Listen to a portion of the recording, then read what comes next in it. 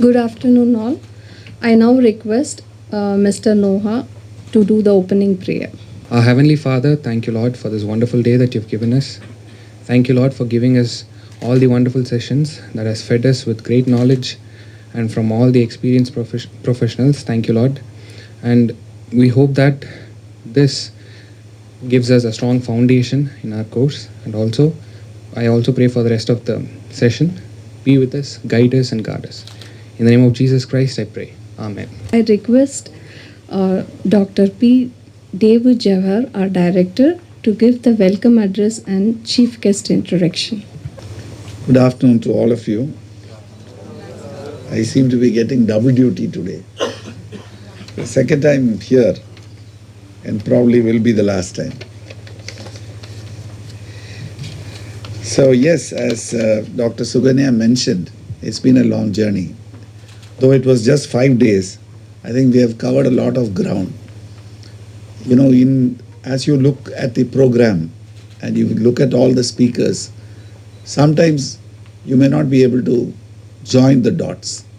But there was a plan to give you a spectrum of experience, a spectrum of exposure, to know as wide how wide the business sector was, because that is important for us in understanding. Because we generally think in terms of business as something micro or something just to deal within a corporate office. So we brought in things like government, women entrepreneurship. If you look at the number of people who came in, the idea was to broaden our vision of things, and hopefully it has worked out for us. And this orientation program is supposed to help us move into the main program that is to come from Monday onwards, the academic sessions that are planned for from Monday onwards.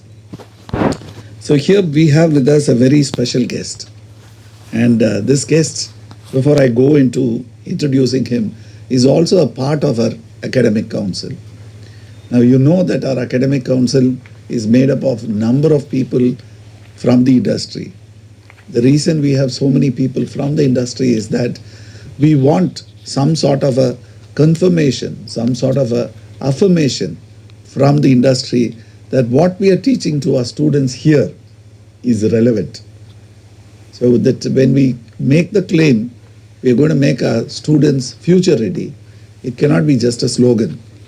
It has to be validated, and the best people to validate are practicing managers. So he is a distinguished member of our academic council. Mr. James Rajan is the Managing Director, Wartsila Lanka Pvt Ltd and Director, Service Operations, Wartsila India Pvt Ltd.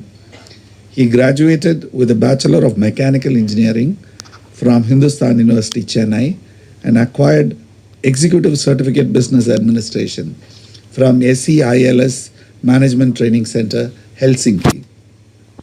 Mr. James has 26 years of experience in the marine and energy sectors in Wartsila and has sailing experience prior to joining Wartsila in 1996. During his career in Wartsila, he has held various key positions including Vice President, Services India, Director, Service Unit South Asia, and Director, Wartsila India Pvt Ltd. In his current role, in addition to being the Managing Director of Wartsila Lanka, Maldives, he is responsible for business growth in India, Nepal, and Bhutan for the energy business and handles operations for marine business as well. He is also a member of CII, Tamil Nadu, Sustainability and Climate Action Panel, and CII, TN, TDPC, Green Hydrogen Panel. Please give him a big hand and let us welcome him.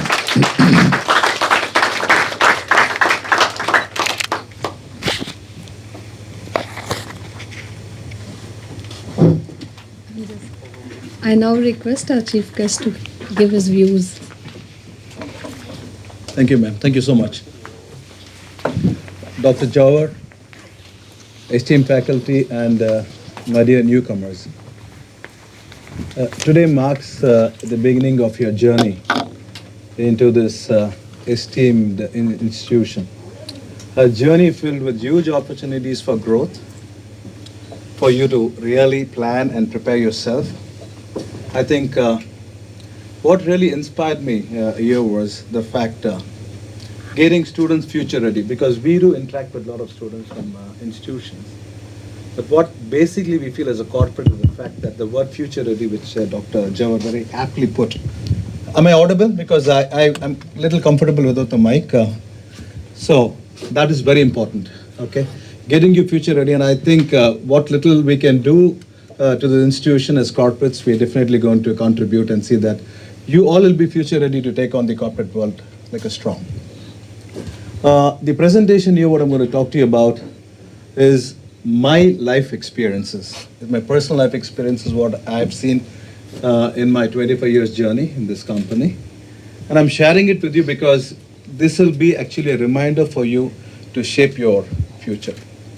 I also want you to remember that you coming here is just not to gain a degree, but you have to know that this is a place where you're going to shape your future, develop your passion, and to see that you become leaders in your respective fields.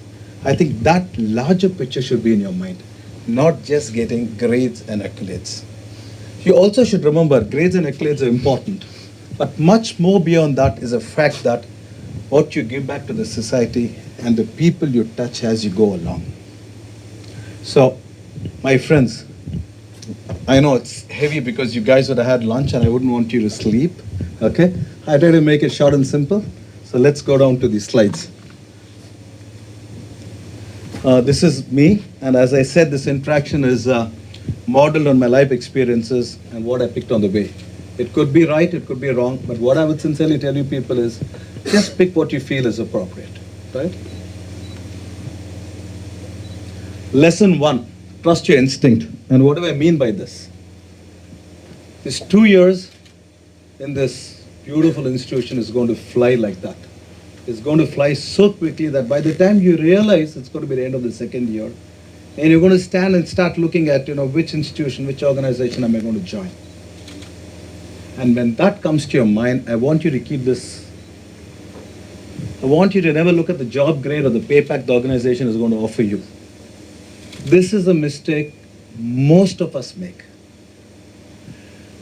If you like the job profile and feel confident about the organization, I just want you to grab it. I was a marine engineer. I was sailing in the sea. And marine engineers get paid reasonably well. So when I came into Wartsila 25 years ago and I joined as an engineer in this company, I was quite shocked at the pay pack which was being offered to me then.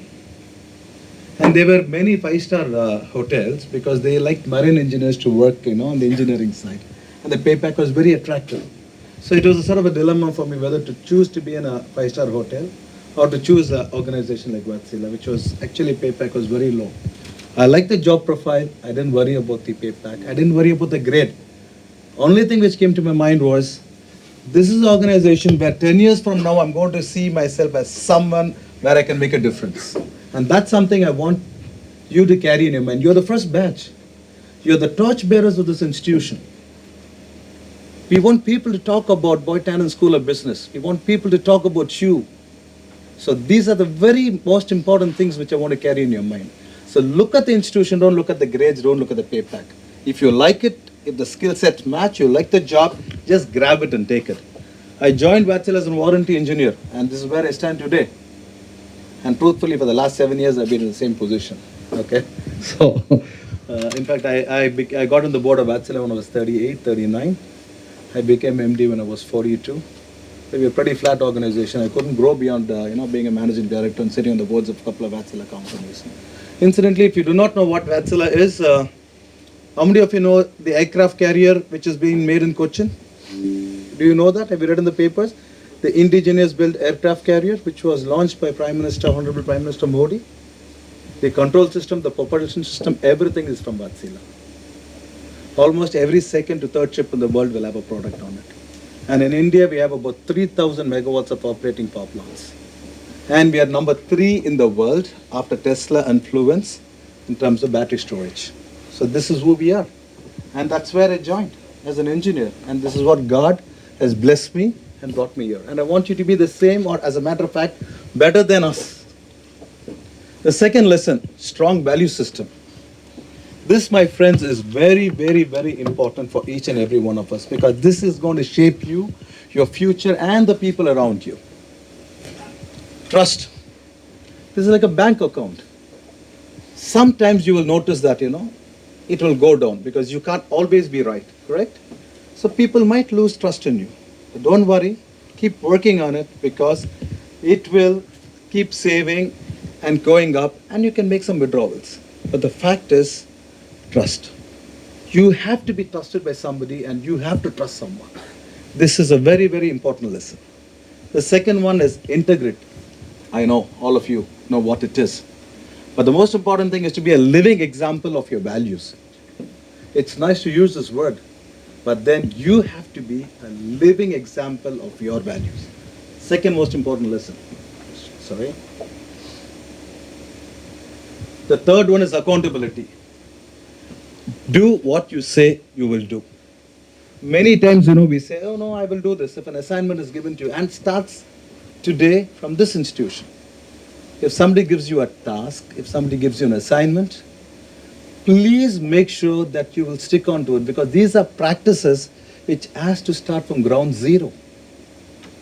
So if you say you will do something, if you tell to your professors and lecturers that you would do something, please ensure that you will do it, because this is a habit which will carry you all throughout your life.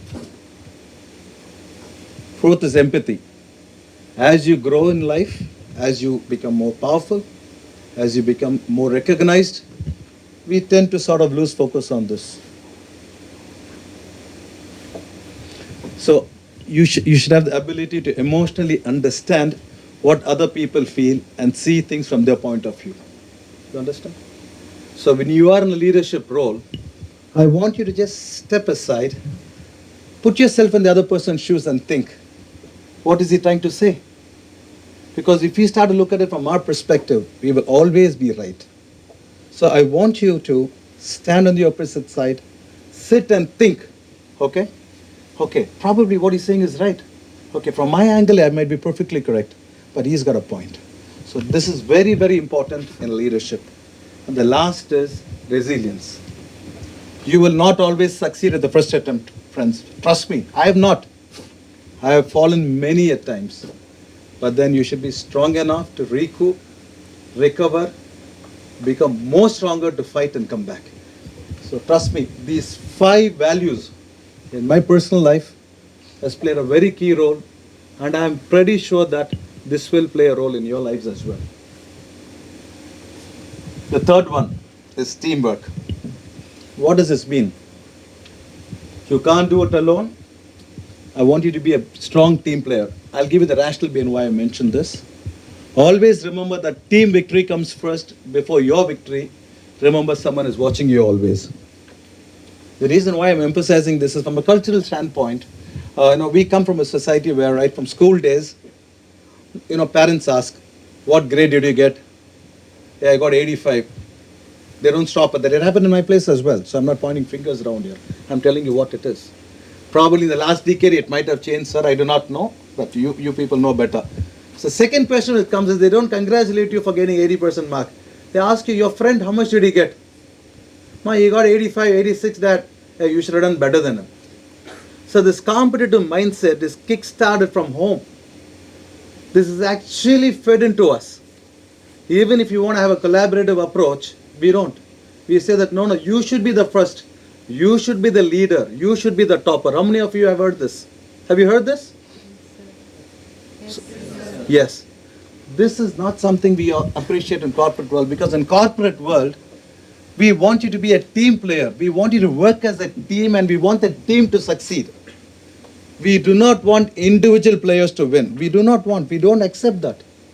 Even when we go on for very senior level management interviews, when I sit, if I find somebody saying that, I did this, I did that, I just walk out of the room and tell my people, okay, it's okay, look out for somebody else. Because today, it's only the team which will win, and you should be a contributing player in that.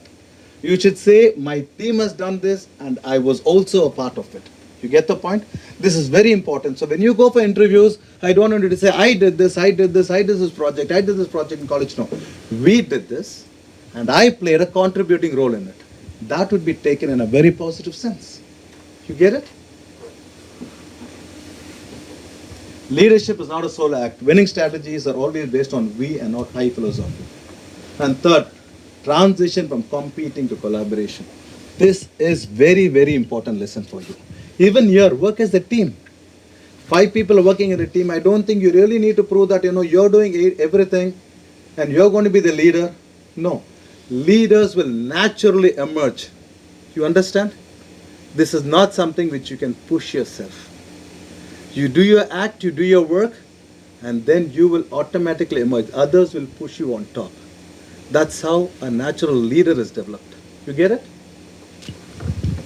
So what's the next, 4th lesson? Very simple. Communication. When you join large corporates, huge organizations, 17, 20, 25,000 people, right? Various levels, various layers of people. If you don't speak, nobody is going to speak for you. You might be smart, you might be intelligent, everything. But you have to speak and you have to ensure that you're being heard. You get what I mean? You don't have to boast. Okay? You can be very subtle in your accomplishments. You really don't have to beat your chest and say, hey, I did this. But there's a very subtle way in putting it. And I'm sure that's most important thing here is, friends, what I'm telling you is, look out for mentors here to actually guide you. It's very important. Look out for peers who will challenge you. Because this is a playground where you can try all that. Mentors will actually guide you and tell you this is it, this is how you should do, this is how you should go about. Your peers will challenge you and say, no, you're wrong, this is not. So you get a trial run before you go out and face it in the field. You get it? Walk the talk and talk the walk. Practice what you preach to be seen as a genuine person. If you have done something, tell yes, I have done it. Because the normal thing what we observe is very prevalent today. As a teamwork, work is done, somebody will call up and say, I did this work, and then we get to know somebody else did it. Or it was a collaborative approach. That doesn't go too well. You understand what I mean? So if you have done it, okay, you have to say, I did it, along with my team, and it has to be very genuine from your heart. Okay? This is very, very important. Spread the word about the good work done by a team, including you. Because sometimes what happens, we forget us. And I told you in a large organization, these things get brushed under the carpet. So the first thing is you need to talk about your team. And then say, yes, I played. And then there are people always watching. When you go out and work in organizations, please remember, you may feel that nobody is watching you guys. I want you to be 100% sure that you are being watched. I have not heard of a single institution where people say that, no, we just let them loose, we just let them do what they want, and then we see the result. No, absolutely not. No organization, Indian multinational or a global multinational, would function in that manner. We, in fact, we're very particular for the first 3 years when somebody comes into the organization. We keep tracking and we keep tagging these guys to see how well they're shaping up. Because there's a lot of things, values, cultural sensitivity, how well he's going to shape up, how is he contribute to the organization, and do we really need to invest on it?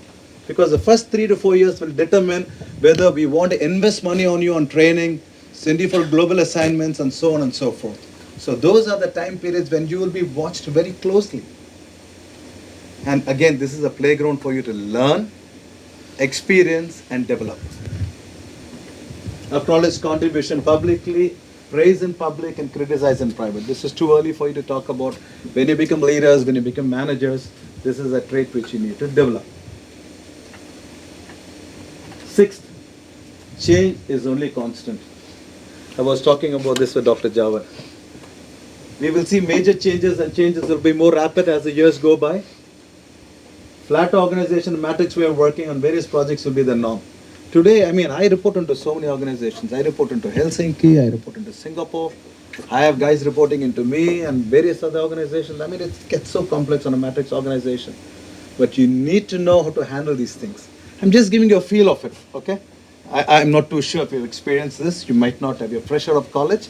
But at least when somebody talks to you about a matrix way of working, you will at least say that, yeah, there was some guy who came in here, Dr. Jawar had asked him to come and speak. He didn't mention about it. You get the point? If that registers in your mind, it's perfect. Future cannot be predicted to any degree of uncertainty. And managing change will be a very critical.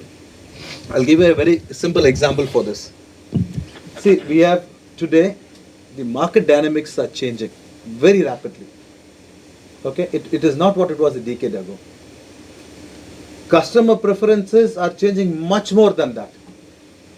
And the third is technology. 15 years ago, we at least were sure technology was consistent. We didn't have a problem. Okay, if we're giving a product we knew for the next 10 years, we could rely on the product. Technology was consistent. Market dynamics will change. For example, paper industry, this year it's a boom. They make a lot of money.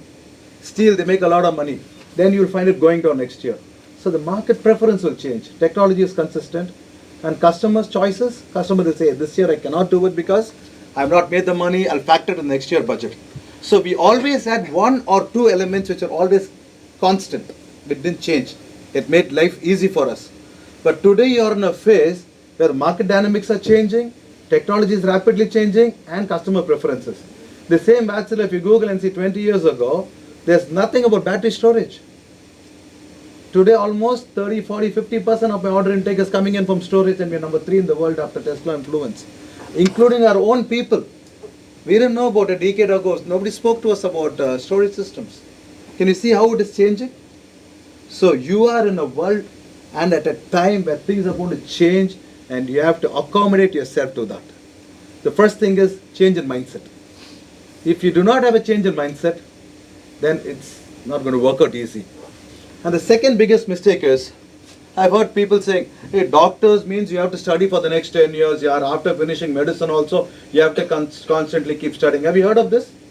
If I finish engineering, aram se yaar, I can just go work, come earn money. How many of you heard this? That's totally wrong today. Absolutely wrong.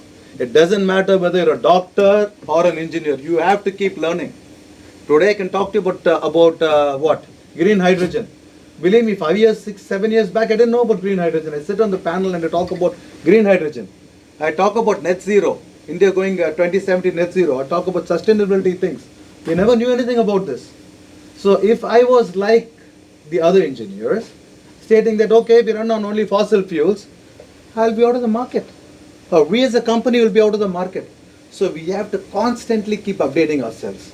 So gone are the days when only doctors have to study. Even engineers, other people, if you're a commerce graduate, you have to study. So study is something which is going to be constant if you want to be on the top. If you really want to make it to the top, you have to keep educating yourself as the day passes by. Lesson 7, growth mindset. I like this, so I just put this. So what does it say? Can somebody read this? Can somebody read? If you are not willing to learn, no one can help you. If you are determined to learn, no one can stop you. Very simple. I'm sure Dr. Jawar and our esteemed faculty here will admit that. Because if you have decided you don't want to learn, nobody can push it down your throat. At the same time, if you're determined to learn, nobody can stop you. Studying and educating yourself is one of the most beautiful things, trust me guys. And there is no elevator to success. You have to take the stairs. Hard work will only prove results. Okay? Smart work is yes, but the basic foundation is hard work. I want you to remember that. You're in this lovely institution. Okay? So make the best use of it to see that you propel yourself, to see that you're going to be better than most. I'm probably one of the guys who are going to talk over here. You're going to see many more people like me come forward and speak. And every time when I go to any forum and I speak, I always tell, I want at least a couple of you call up and say, hey, I remember you spoke to me. You remember that? I'm this, and I want to feel proud that you guys have bettered me. Okay? That's very important. Lesson 8. Be where the growth is happening. Okay, this is as you subsequently grow, you have to understand that it's easy to get a career growth when the industry grows. There's no point in being in an industry where there's no growth. You get the point? If you're an industry which is going to run on fossil fuels, let's take coal technology today. We are almost about 280,000 megawatts of coal in India. So there's a lot of work still in that industry. Okay? I cannot say there's no work. That could probably be there for the next 10, 15 years, right? Till we hit the net zero. But then if you're going to be in that industry, which is actually coming down, as a matter of fact, any fossil fuel, I'm talking to you more with relevance to my industry. So if you want to say that, hey James, I will be the CEO or I will sit on the board, be the MD of the company in the next 15 years, I mean, I wouldn't really appreciate that, because you find that, the whole world is getting away from fossil fuels. So you must be in an industry which is growing, because if an industry grows, it becomes larger. They bring in more investments. They take more people. When they take more people, what happens? You get more leaders, you get more opportunities to grow. So that's very, very important. Identify areas of skill shortage. I think you can do that, okay? Where is the skill shortage? Example, this is again renewable storage and power sector, government focus areas. Look at the government focus areas for the next 5 to 20 years and see where you can actually fit yourself into that. Look at emerging technologies, AI, ML, data sciences, so on and so forth.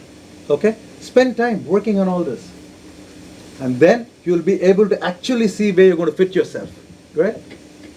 That's important. So be in a place where the growth is happening. And for that you need to do the study what I mentioned in that slide. And the next one is value added. Second is, okay, you've got yourself into a company which is growing, right? You got yourself into a field or a technology which is growing, right? That's not enough. You need to be in a place which are value multipliers. For example, top line sales. I was a core technical guy, as Dr. Jawar said. I was a marine engineer. I was sailing on the ship. And then I decided, how long am I going to keep sailing? I need to get into the management. Because only in the management you can sit on top, right? So I quit that and I joined this company as an engineer. It was a very, very hard decision for me to take at that point of time. But then I said, it's okay. I'm coming in as an engineer after actually having worked on the ship. And the warranty was big at that point of time. But then I had the confidence, I had the faith in me that 10 years from then, I would make it. And that's the same confidence I want to see from all of you over here. Get the point? Be future ready. 12 lessons, so 2 more. So, work-life balance. Okay, this I think I should skip. It's too early for me to talk to you about work-life balance because you're just starting your work. Okay, so this is for people in the future. Okay, what we have seen. Because there has been times for us when we used to travel 20 days a month. I used to be out of the country. 20 days juggling between various time zones, just having 4 hours of sleep. It was not easy. It was just not easy. 20 days a month, I used to keep moving out of suitcases. I never even had a chance to meet my friends. One day you'll be in Korea, one day you'll be in Japan, the other side you'll go to the US. I mean, we were just tossed all around. And we enjoyed at that point of time, but today when I sit back and think, I feel that was it the right thing? Okay, you got all that you wanted, but then you miss a lot on your family. I mean, I didn't see my daughter grow. So you youngsters are smart, intelligent people. So that's something I keep saying. Have fun. It's very important to have fun. Okay? Spend time with your family and friends. Time is scarce, so be present better at work or leisure. Because most of the time when you go for leisure, I see many people opening the laptop and working. Okay? You don't have fun, neither are you able to focus on your work. So when you are at work, it's just work. When you're having fun, this, sir, I appreciate the Finns, or as a matter of fact, any American or a European, sir. You just cut them off. They say, boss, I'm trekking. You can't even reach them. For 5 days, they're off. So have fun. When you're having fun, when you work hard. Rest and regenerate, and to be at your best the next day. 11th is, this is something I always quote. For me, nothing has been impossible, sir. And I want you to remember that if you feel that this is not possible, you've lost it. But if you feel it can be done, it will be done. So, Nothing is impossible. Okay? The point is, it's a mindset. If your mind says, it can be done, it can be done. In fact, I just want to give you an example. In the year 2014, July, I was traveling extensively, sir. 22 days. I just used to sleep 4 hours. So I had a press meet in Bombay. So I went for the press meet. I actually landed the previous night, 2 o'clock. I took the 9 o'clock flight, shot off to Bombay because that night I had a dinner and a press meet. It was a huge marine conference and I was giving a press meet. I finished the press meet, dinner with customers. It was September 6, 2014. I went to bed around 12 o'clock. Around 2 o'clock I felt a little uncomfortable. I was 43, something, 44. I felt uncomfortable. I was in Bombay. Then I woke up, went to bed. My brother's a surgeon actually. 6 o'clock I was feeling uneasy. I called him up. He said, are you fine? I said, no, I'm feeling a little uneasy. Then I called up my office and then they said, don't worry, we'll send somebody. By 7 o'clock, I got dressed. I cancelled my flight because I was supposed to come back the next day. I was rushed to Leelavati. I had a massive heart attack. I had a massive heart attack. My ejection went down to 17. If you Google and see, at 17 ejection, you can't walk. You are dead. They just ripped me open and then I was stented back to back, 2 stents. And the guy who saw me said, are you a corporate? Yeah, I can see you. Typical signs of a corporate guy. Now, at that point of time, I used to smoke. It's a bad habit, of course. I never get into all that. So, I was in Bombay for a month because for 30 days, I couldn't board a flight. Because my ejection was so low. And after 10 days in the ICU, I came out. I couldn't even put my leg down because doctor said, your heart is so weak. I was an artificial pump. I was an artificial pump for 10 days. This is September 6, September end I came back. Doctor said it's a miracle you're living. And believe me, September end, November 1st I flew back to Chennai. Doctors declared me that I can fly. November end, December 2nd, I was with my driver. I had a concussion bandage in the left hand because I had to open up my hand. December 2nd, I sat for my board meeting. Why I'm telling you this is, nothing is impossible. My ejection actually, which is 17, which they say is absolutely impossible. Today I can walk, I can swim. It's still low. I can't do weights and heavy things like that. But I got back to work. Why I'm reminding you this for 2 things. Have a good, perfect work-life balance. And second thing is, don't lose focus on your health. And the third most important thing is, nothing is impossible. If I had thought that, oh God, I'm gone, I said, no, yeah, nothing is impossible. I can make it. I started off in December itself, and then slowly doctor said, you're recovering good. And today you see I'm back to normal. I keep flying left, right and center. So nothing is impossible. And I want this first batch to remember that and be a showcase for this institution. Okay? And this is another very interesting thing. How many of you are from Tamil Nadu? Good. Okay. Be nice to people on your way up, as you never know whom you meet on your way down. Because sometimes we grow so fast in a corporate life, okay? We grow very quick. We tend to become a little arrogant. We tend to float a bit. Okay? And in the process, what happens? When you're not grounded, you begin to treat people badly. Correct? So, you are never going to be there always on top. One day you will come down. Okay? And this clip always reminds me of that. Okay? So, I always play this. So, because the guy who was down one day is going to go on top and the guy who's on top is going to come down. Okay? So, with this, I finish my thing. So, the batch of 2024, 2025, my suggestion, humble thing to you is think big, be hungry to learn, and look out for the huge opportunities which is lying in front of you. Because when we were there, we didn't have so much of opportunities, believe me guys. And trust me, you have a beautiful curriculum in place, set in by Dr. Jawahar and his team, and I saw it, I was highly impressed. I mean, we had to fly all over here and their company sent us to Helsinki to study this, that and all that. It is so beautifully structured. You just have to do what they say, gain the experience, go for internship, put your hard work and effort. And I am confident that you guys would shape up better than most of the graduates from other institutions.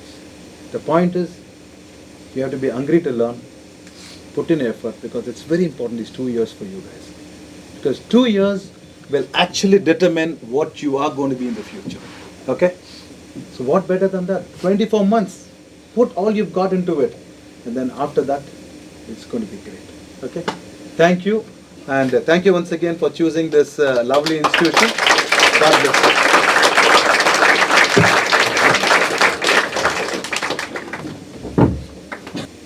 For the wonderful session.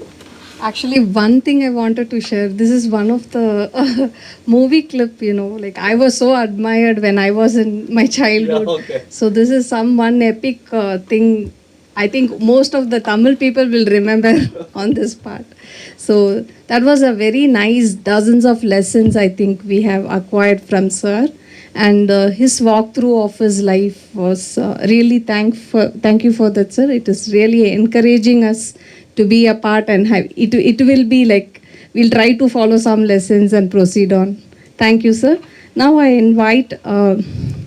Murli, sir, our head of external operations, to honor our guest.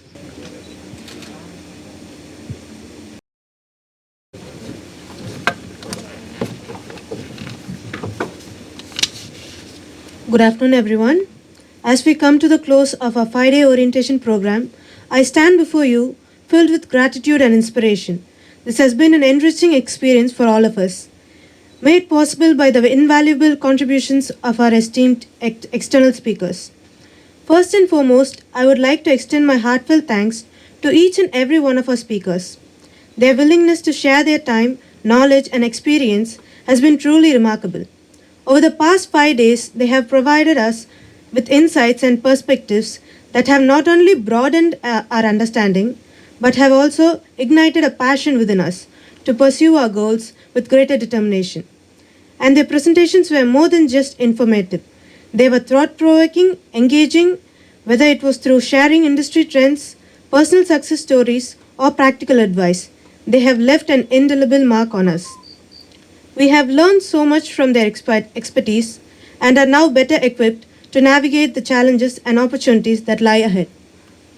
To all our speakers, Mr. Shivakumar Paraniyappan, Leadership Coach, Mr. Jayaraman, Deputy General Manager of Business Standard, Ms. Sangeeta Bala, CEO of Think Infinity, Dr. Neena Gayatri, Co-founder and COO of ACE Innovation, Mr. Pradeep Cholayil, Chairman and MD of Cholayil Private Limited, Mr. Pandey Narayanan, Vice President and Board of Directors of Ashok Leyland Defence System Limited, Mr. Paul Sundar Singh, Managing Director of Accenture Technology, Mr. Karthikeyan, CEO of CII Institute of Logistics, Mr. PWC Davidar, IAS, Retired Additional Chief Secretary and Public Policy and Business Strategist, and finally, Mr. James Rajan, Managing Director of Wartsila India Pvt Ltd and Director of Services Operations Wartsila India Pvt Ltd.